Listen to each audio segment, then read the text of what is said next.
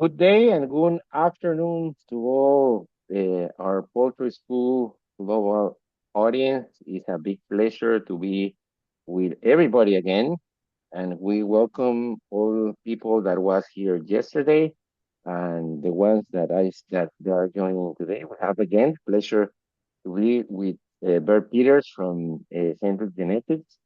He will be presenting the second part of hatchery practice. Yesterday we have a very nice session, and both videos will be accessible next week in our YouTube platforms. So you will have the chance to see them both at your convenience. So, Brett, thank you very much for being here again, for your time, and for the willingness to share your knowledge with the global audience. And also, we thank also Hendrix Genetics for the support in this free webinar. So this webinar is going to be around 40 or I don't know, 40, 45 minutes. And then we will have a time for question and answers, 10, 15 minutes. And thank you. And Brett, your time is yours. Okay, thank you again, Rodolfo, for introducing me. Welcome, everybody.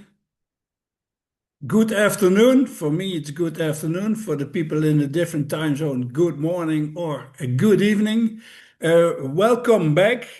We have the second webinar in the series of hatchery practice. That means I will show some hatchery things with some practice for my and pictures for my experience in the field. Now,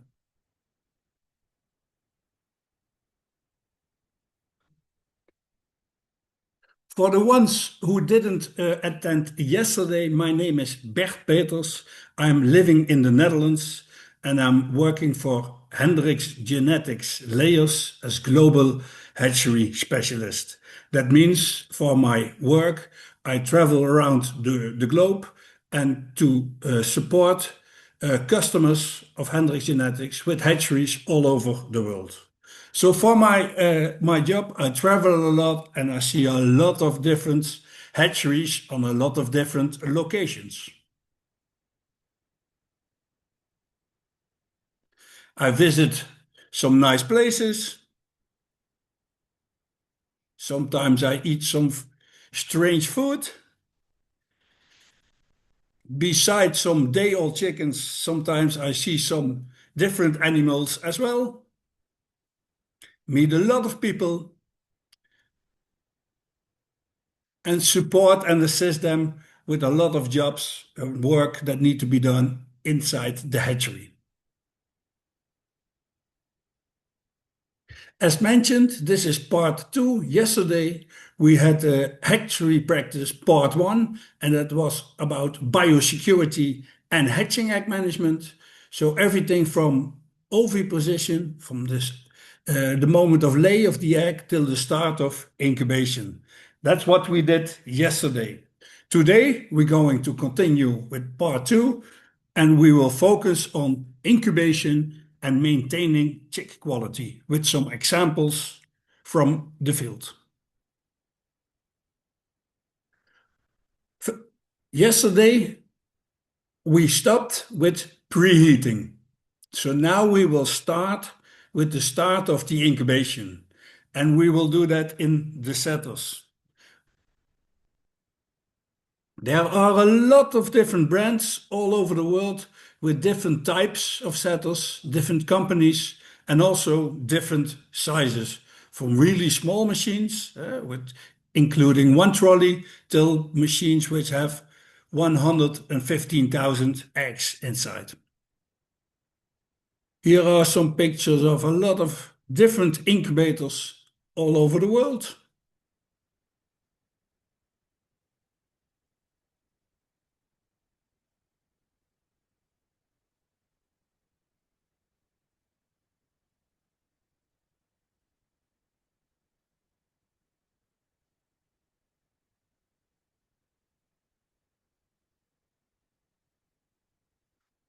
When we're talking about the settles all over the world, yeah, it's common known that there are two types of incubators, and that's the single stage and the multi-stage machine.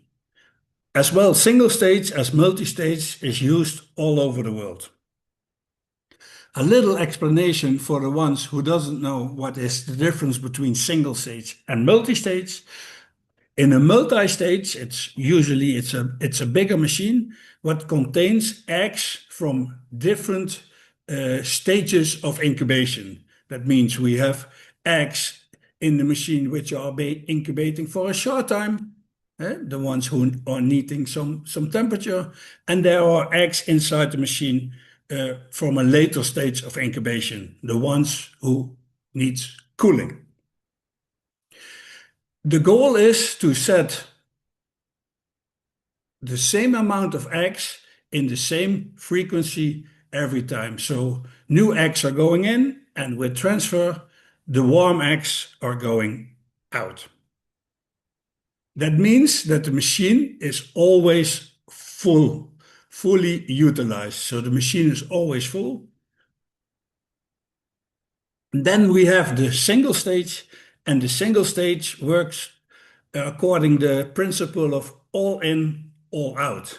That means we will start with the complete batch, and these eggs will stay in that machine till the moment of transfer. That means that all these eggs in this single stage machine are in the same stage of incubation. That means in the beginning we can set the temperature warmer to warm up the eggs as fast as possible. And in the end, we can have a lower temperature to cool the eggs because they are producing quite a lot of heat at the end. So the temperature will be lower to maintain the right temperature for the chickens.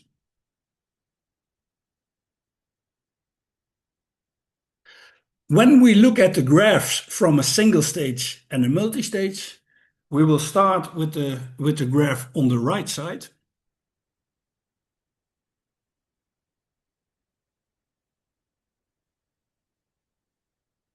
When we look at the blue line, that is the heat production. You see from day 9, 10, the heat production is going up. That means that your eggs, the embryos, are creating a lot of heat, so they need to be cooled. When we look at the green line, the green line is the temperature we want to have in the for our embryos. It's around 100 degrees Fahrenheit. That's the ideal temperature to incubate an egg. When we look at the dark blue line over here, there we see that is the set point of the machine. In a multi-stage machine, the set point is always the same from the beginning to the end because we have eggs in the machine of different stages of incubation. When we're going to measure these eggs, when we measure the eggshell temperature of these eggs in the incubator, then we will see that in the beginning, because of the set points of this machine, the eggs are too cold. So in the beginning, in the multi-stage machine, the eggs are too cold. And at the end, when a lot of embryos are going to produce a lot of heat, the temperature will go up and will be too high. So in the multi-stage machine, the incubation is not always perfect. In the beginning, they can be too cold, and in the end, they could be too hot. And another disadvantage of a multi-stage machine is that the machine is always full. So there is never a possibility to clean the machines. When we look to the left, to single stage, we see the blue line of the heat production. It's not really clear to see, but there is a green line hidden around 100 degrees Fahrenheit. And you see with the dark blue line, the temperature is starting up high, and at the end of the process, the temperature is going down. When we reduce the temperature of the machine, the air temperature, when we reduce it, that means that we're cooling the egg, And when we look then at the brown line, that is the egg shell temperature, what we measure, we see that the egg shell temperature in a single stage with a good profile is almost the complete period around 100 degrees Fahrenheit. And that's what we like. And what I don't like is that temperatures in the beginning are too cold and in the end too hot in a multi-stage machine. What will happen when temperatures are too high? We will create overheating. This will cause late embryonic mortality. There's a big yolk remaining. The organs are smaller, and we have poor navels and sticky down chickens. So the egg and the chicks will not be happy. When the temperature is is too low, we can have a delayed hatch. And one of the other things, we can have a large hatch window, the spread of when the first egg started to incubate, to hatch, and the last eggs, so the first chicks will be born much earlier than the latest chicks. Bad navels, late mortality, and especially around internal pipping. So also this eggs and the chickens will not be happy. When we have an ideal temperature around 100 degrees Fahrenheit, at least the egg is already happy with the temperature. So that's good, what we like. But still, multi-stage is still used a lot. Multi-stage is working unless we always have the same amount of eggs when we put them in and on a regular base. So that means that the machine always should be full. In practice, I saw some multi-stage machines with very less eggs inside. And we saw in the previous slide that the set point is around 99.5. If you have so many of so less eggs in your machine with a set point of 99.5, you never can have these eggs on 100 degrees Fahrenheit. So we always should set the same amount of eggs and in a regular period. So this is what we don't like. Here is another example of a not good utilization in a multi-stage machine. And when we're going to measure the egg shell temperature, we easily can do that with an ear thermometer. Then we see the average on the right side. When we're going to look at the average of the eggs which are in the incubator for 6 days, on that moment, on 6 days, the average temperature was 100 degrees Fahrenheit. So that's pretty good. But when we look later, with this utilization of the machine, the eggs from 14 days, they were already way too hot. They were far over 101 degrees Fahrenheit. When we look at the average temperature in this machine of the eggs of 17 days, they were even over 102 degrees Fahrenheit. And that will cause mortality in your eggs, in your chickens. So a good utilization of a multi-stage machine can be in 3 settings in a period or in 6. Here you see several setting schedules, and that they are twice a week, and the one left on top, that's once a week, so 3 settings. And there you see the position where we can place those eggs for the best utilization for multi-stage. If by the previous example, when we changed the utilization, the results and the chick quality was going up. So good utilization will help you to get chicks from a multi-stage machine. Single stage errors, what I see in single stage, sometimes the temperatures are too high or too low, and that's according to the profile. Yeah, temperatures could be too high or too low. Temperatures are easy to measure with an ear thermometer where we can measure the egg shell temperature. That's what I do a lot in practice.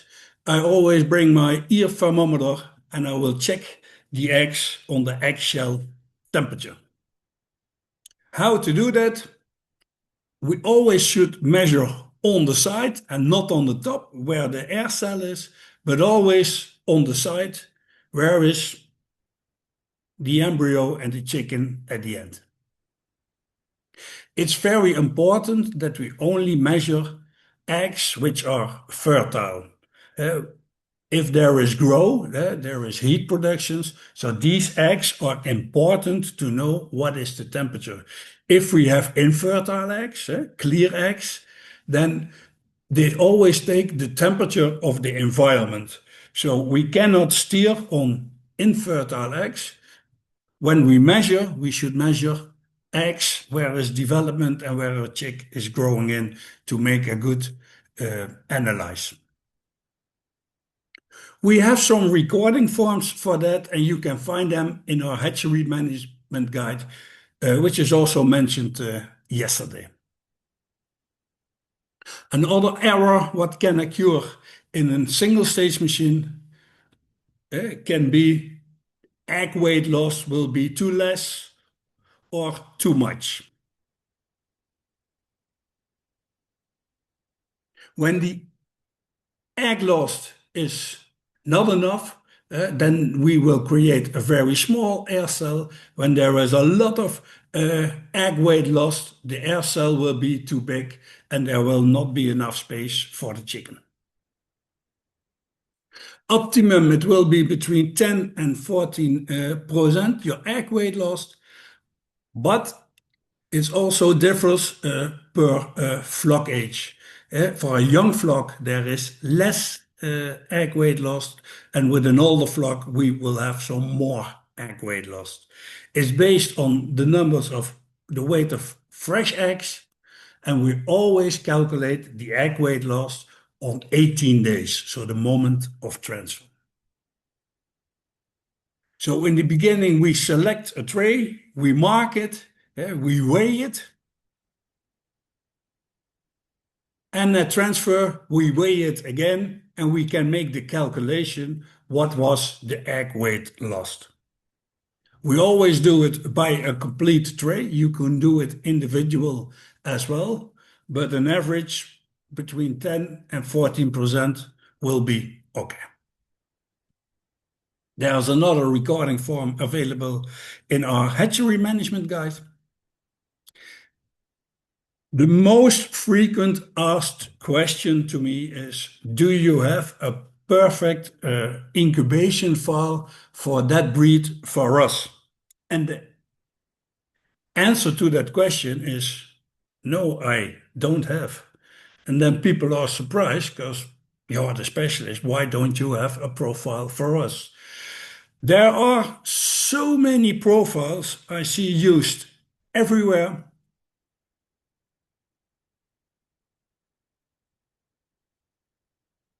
And I'm quite sure that every profile is working in the hatchery where the profile is coming from, but it's not, you cannot exchange easily one profile from one hatchery to another. We have different size of machines, different type of machines. Ventilation could be different. The environmental issues in an hatchery could be completely different. So I always advise to create your own incubation profile. But profiles, it's not easy to copy paste incubation profiles from one hatchery to another. How to create your own incubation profile. We can use a standard. We have a profile in our hatchery guide, and it's not a profile, it's a guideline. It's a safe temperature, humidity, ventilation, and CO2 settings to use. For sure, you will have good chickens with that guideline, but you can fine tune it by regularly measuring your eggshell temperature to see with that profile how the temperature is doing and to analyze your egg weight loss. And with this information, you can fine tune your profile. Then the turning of the setters. I usually measure quite some angles of setter trolleys, and sometimes I'm really surprised how low they are. We need a good turning angle for a good incubation process, and these are all not good. They are too low. The best turning angle is around 45 degrees, but I always say between 38 and 45, it's still acceptable. You can do that with a special device for that to measure your turning angle, but you also can do it with an application on your smartphone. If the angle is correct, please check if all your trolleys are set correctly into the settles. Because if they are not set correctly, you will see that the right one is turning correctly and the left one isn't.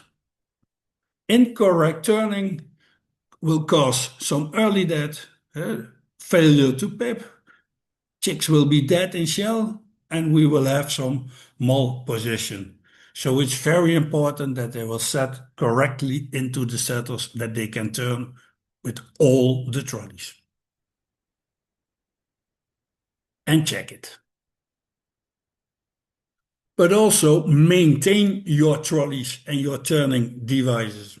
When we look at the left picture, we see on top that their bolt is broken, and that means that the left side of the trolley, that one is still turning, but the bolt is broken where the other parts are connected and they are not turning. So they're standing still the whole period. On the right side, we see another example of that the trolley is broken. This will create a not correct angle, but even worse, it will destroy a lot of eggs, and these eggs will be smeared around the other eggs. So that's, yeah, please repair this and check it if everything is still correct. Maintenance of your incubators, setters and hatchers, it's very important that the seals always are still intact and not broken. So regularly check your seals if they are still good. All incubation companies, they have their own maintenance program. Check also the sensors and calibrate them. So according to the maintenance program, you can check and replace some parts when needed. Plan it, execute the maintenance, and register it, that you know what you did. For the setter room need to be on the right temperature. If the inlet of the machine is the right temperature, that means that the machine does not have to work that hard. You can imagine if the inlet of your machine is really cold, and you're creating cold spots, and your heating has to work harder. But the worst part is that you're creating cold spots by the inlet of cold air. Setter rooms need to be clean and disinfected, included pits and drains, and calibrate your sensors on time so that you know that they are still working properly.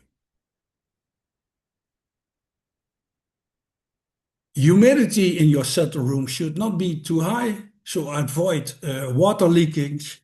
Floors in setter rooms always should be dry. After incubation the eggs for 18 days in the setters, it's time to transfer them from the setter trays to the hatcher baskets.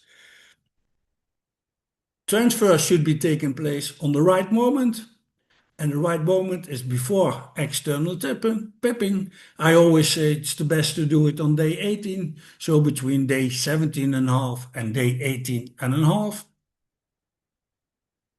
Here is an example of transfer what was done way too late. When you look at the picture, you see that a lot of eggs already cracked. What you don't see in the picture that there were a lot of chicks walking on the floor which already hatched. So we should prevent that. Transfer, we always should do that carefully, handle with care. If you do it manually or automatically, please be gentle to avoid any cracks. What we also should avoid during transfer, the eggs are coming from a warm incubator. Later they're going to a warm incubator again to the hatcher. So the temperature difference should not be too big. The eggs should not cool down too much during transfer. So we should avoid draft, that the eggs are not faced into cold air, that they cool down too fast. And on the right side, you see that there is a humidifier just before the setters. So they will take out the trolley for the setter. They will place it there, close the door, and the eggs are exact under the humidifier. So they will be get wet and cool down immediately. That's what we should avoid. So please, if you have humidifiers like that in your setter room, please switch them off during transfer of your eggs. During transfer, it's also a good point where you can measure your eggshell temperature. When we transfer the eggs around 18 days, we would like to have 100 degrees, but if these eggs are between 100 and 101, it's still acceptable.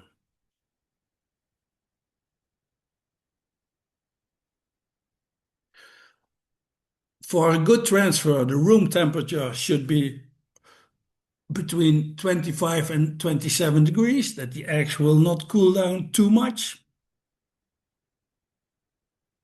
The egg should be maximum, and that's the real maximum, for 20 minutes out of the incubator before they are going into the hatcher.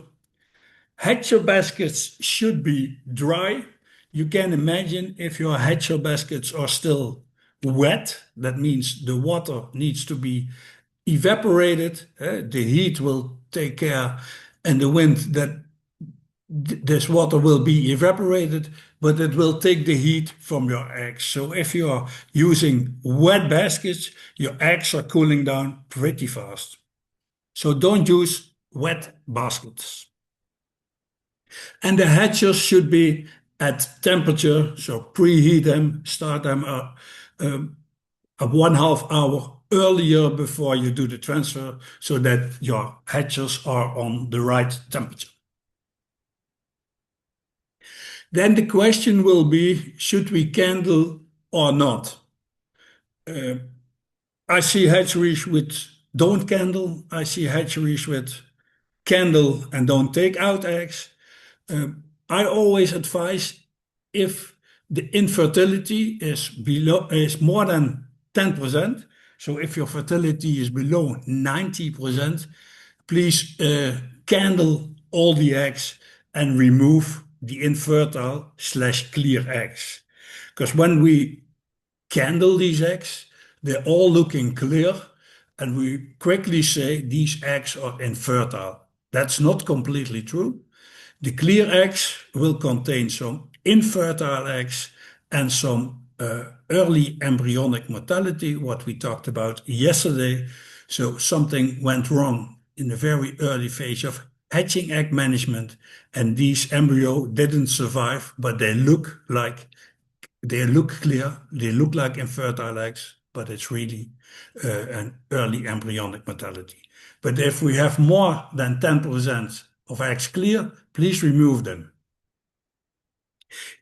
If we remove more than 15%, if more than 15% of your eggs is clear, please remove them, candle them on and remove them, but also refill your trays again. Refill your trays that your baskets have around, between around 90% of your eggs. You can fill them completely, but that's depending on what kind of machine you have. So please refill your baskets. Here you see in these baskets there were a very small amount of eggs. Yeah, they will be way too cold and they will not hatch perfectly. Then we go to the hatches, some things from the practice. The graph I'm showing you here, that's a really nice example of what I would like to see. We see when the chicks are pepping, starting to pep externally, so moisture from the eggs will be relieved and your humidity will go up. When almost all your chicks are there, no moisture from the eggs will be released, your humidity will drop. So that's your humidity peak, and that's what we like to see. When the humidity peak is done, before that, I don't like to do anything with temperature and not so much with ventilation. So when all your eggs or all your chickens are there, that's a sign where we could ventilate more and we can lower the temperature. So when all the chicks are there, the damper can be opened. Yeah, your CO2 will drop and then we can reduce the temperature. A nice example, what I saw, they were completely focusing on humidity, and the humidity was just one line. So when the chicks are starting to make their own humidity by externally pepping, they already were opening the valves to maintain the straight humidity line. That means that at the moment that the chicks are starting to pip, the ventilation was very rough, very bad distribution of your air. So we had rough ventilation. All the humidity escaped because the valves were open, the temperature was dropping, and what we saw was a lot of unhatched eggs. Wet chickens, bad chick quality, and a lot of eggs were externally pipped but didn't manage to get out of the egg. When we changed these settings to concentrate on your humidity peak, and after the humidity peak start ventilating and lower your temperature, then the results improved, so everybody was happy. A nice example as well. Here you see that the trolley is completely to the left side. There is no space in between. So there is the airflow is blocked on that side. Air cannot pass over there because it's way too close to the wall. So there is no airflow on the side. So an easy solution is to place them from the wall, and everywhere between the trolleys there is the same distance. That was good. Balance loading, if you look very good on the picture, you will see that the baskets are only stacked up 8 or 9 high. That's really low till there. If all your eggs and your baskets are below in the machine, uh, the air will go the easiest way. So you got a lot of air movement on top of your baskets instead through your hatcher baskets. So it's better if we have only this amount of eggs, then I would suggest to lift them up with some empty baskets and not completely fill it till the top of the machine. Leave some space open on top and leave some space open on the bottom with some empty baskets. The hatch window, in practice, we see a very wide hatch window, which can be caused by a lot of things. In practice, I see it a lot between 24 and 36 hours. 24 is good, but a lot of them, what I see is also 48 hours. So the shorter, the better. But if it's around uh, 24 hours, I would be happy with that. Why we have a hatch window? There is natural variation, handling processes, egg sizes, uh, larger eggs, smaller eggs, temperature profile, uniformity of your airflow. If your airflow, your temperature is not everywhere the same, we will create a larger hatch window. Preheating, if we preheat the eggs properly, we will shorten the hatch window as well. And we will have differences between flock ages, storing times, and breeds. Sometimes breeds are incubating a little bit longer, and some ones are incubating a little bit shorter. Right time to pull your chickens around 33 hours before hatch. Actually, you should not see any chicks yet. 23 hours, there should be around 25% of your eggs, of your chicks, and three-quarter of your chickens should be there 13 hours before hatch. And the moment of pull is ideal when some chicks are not completely dry yet, but they are still a little bit damp in the neck. If just a few of your chickens have that, it's the right time to pull your chickens. The correct moment of pull, some chicks are still a little bit damp in the neck. Feathers are not developed so far, and there should not be so much meconium on your eggs. If chicks are already born a long time ago, you will see that the eggs are really, really dirty because the chicks are walking around and shitting on it. Finally, after 3 weeks, when the chicks are born, when we have good chicks, we want to maintain the chick quality. But be careful that you don't cool down the eggs too much, or even not at all. At the moment a chick is born, a 1 day old chicken is not able to maintain his own body temperature yet. So we should provide the right temperature to have a comfortable climate for the day-old chickens. So we should have the right room temperature, and the baskets should be dry and not wet, because wet baskets will be cold. In this case, all the chicks were placed in the chick room and the floor was completely wet. If your floor is wet, it's creating some cold areas. It was cold in that room, that's true. It will be cold, but it can also be a little bit danger for the people as well because it was very slippery. So no wet floors.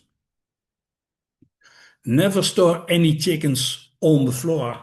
The floor will be cold. So if you store chicks on the floor, they will be much colder than if you store the chicks on top. You see, the temperature was way too low. If we're going to measure the temperature of these chicks, it will be too low. So the temperature of the floor creates that the chicks will be cold, but also mentioned yesterday as well, when we place chickens on the floor, in general, the floor is a lit, could be dirty, so we could contaminate our chickens as well. Be careful with vents. I come in a lot of warm environments and they will place a lot of ventilators.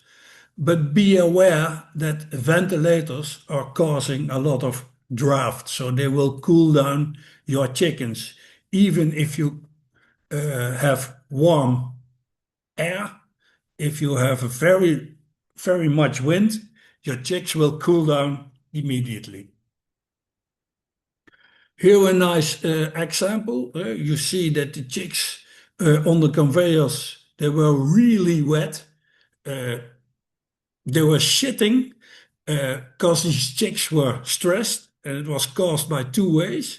You see the chickens in the back, they are closed really, really close together, so they were way too hot. And the front trolley was placed before a big ventilator. So these chicks were way too cold, and in the back they are way too warm. Here we see a big ventilator. On the right, you see that it's faced directly to the chickens. So the chicks were in very rough wind. When we measured these chickens, although it was very warm over there, when we measured those chickens, they were really, really cold. Because the chick is not able to maintain his own body temperature, we should take care of that. So we should have the right temperatures in the room. And the chick's body temperature should be around 40 degrees, 104 degrees Fahrenheit. It's easy to measure the cloacal temperature, chick's body temperature, with an ear thermometer. When we measure the chickens, we would like to have a temperature around 104 degrees Fahrenheit. You see that these chicks are way too cold. These chicks are way too warm. And these chicks were in the right temperature. I always say between 103.5 and 104.5. That's good for the chickens. So your chick storage should be good, on the right temperature, humidity, and your CO2 levels should not be too high. So decent ventilation for your chickens. Easy to see is how your chicks are reacting in your chick room, in your chick storage room. Check chickens' behavior. If chickens are really noisy, if they make a lot of noise, that means that they don't like it. They are not comfortable. When they're all crawling together, they are cold. Could be caused by draft, by cold air. When when they produce a lot of meconium, when they're shitting around, temperature will be too low. When chicks are panting, temperature is too high. When they're spreading the wings to get rid of the temperature, temperature is too high. When they're even gasping for air, stick their head out of the box to get some fresh air, temperature is too high and a lack of oxygen, so they need fresh air. And when you see chicks always go to one side of a box or a crate, that means in the other side it's not comfortable, so the temperature will be too low, caused by draft. Chick transport. Chicks should be transported in good conditions. So before we transport the chickens, check everything in your vehicle. We have a recording form in our hatchery management guide as well. Stack chick boxes or crates properly so that they cannot move. Avoid sliding of these baskets. Maintain the optimal climate during transport. Check it. during transport as well. Prevent unnecessary delay. It's not always preventable, but be aware that chicks don't transport longer than necessarily. Quick and efficient loading and unloading to prevent unnecessarily stress for these chickens. And on arrival, record some things. We can uh, write it down on the report as well, and aim for a temperature between 32 and 36 degrees inside the chick boxes.